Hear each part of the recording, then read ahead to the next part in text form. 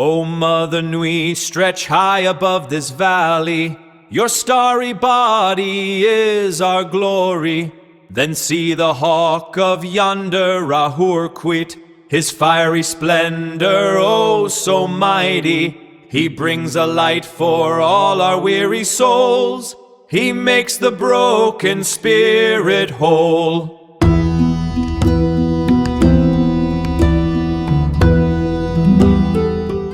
Welcome to today's deep dive.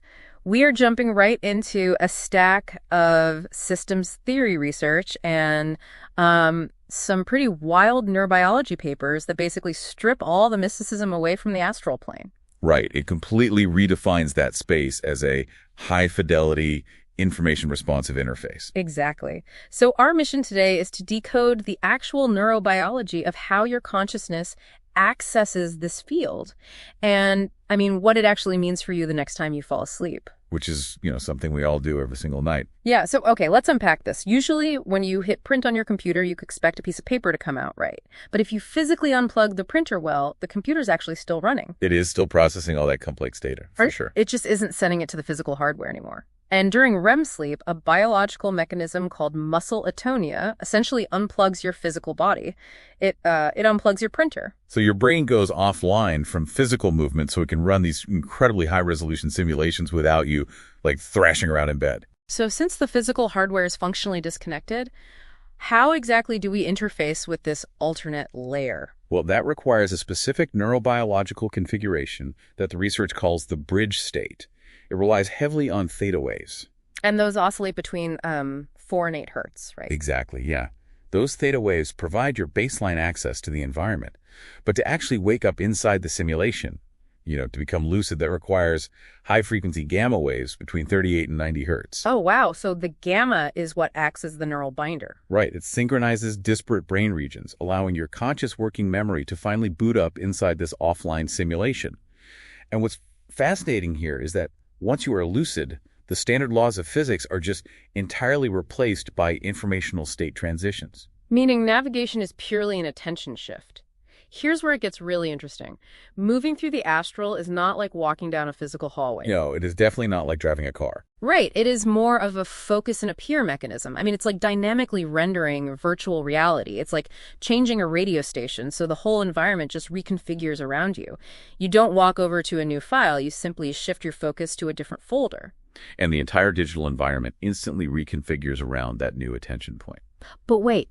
If changing the channel is just based on attention and the geometry is hyper-responsive to our emotional inputs, what happens when we accidentally focus on something terrifying? That is a great question, because intrusive thoughts would instantly rewrite the code around us. The source material actually provides a mathematical framework for this, which is F equals I hat sub 0 of sigma. Okay, so in plain terms, form equals intent acting upon a symbol, right? Yes, exactly. The symbol is simply the visual placeholder your subconscious uses to render an abstract feeling into something you can actually perceive. So those terrifying monsters chasing you are literally just math equations rendering your own stress. Wait, so facing your fear in a lucid dream isn't about fighting a real monster, but just fixing a glitch in your own emotional code? That is exactly it. The text defines these parasitic clusters as fear distortion effects. They are not real biological beings. They're essentially just emotional denial of service attacks, like a DOS attack on your own computing system. Yeah, a sudden spike of fear creates sharp fluctuations that fragment the field geometry, rendering a terrifying symbol. To fix it, you have to apply what engineers call active vibration control. Like how they stabilize a physical spacecraft using countertorques? Right, to damp out dangerous vibrations. In this interface, your emotional neutrality acts as that vibration control. By maintaining a calm focus, you damp the noise and halt the feedback loop. Which stops the fear from generating a scarier symbol and basically stabilizes the system geometry. Precisely. You basically take back control of the rendering. So what does this all mean? Well, it means your lucid dreams are actual training grounds. You aren't just passive subjects of reality. No, you are active operators in a responsive, state-space system. And that leaves you with a pretty wild concept to mull over. If collective human focus can create memory-stabilized fields, or like semi-autonomous egregores, as the research calls them, what happens when millions of people focus on the exact same idea? Over centuries, no less. Right. If we are constantly plugging and unplugging from this interface, what kind of invisible architectures are we collectively building right now without even realizing it? It really makes you rethink what happens when we close our eyes.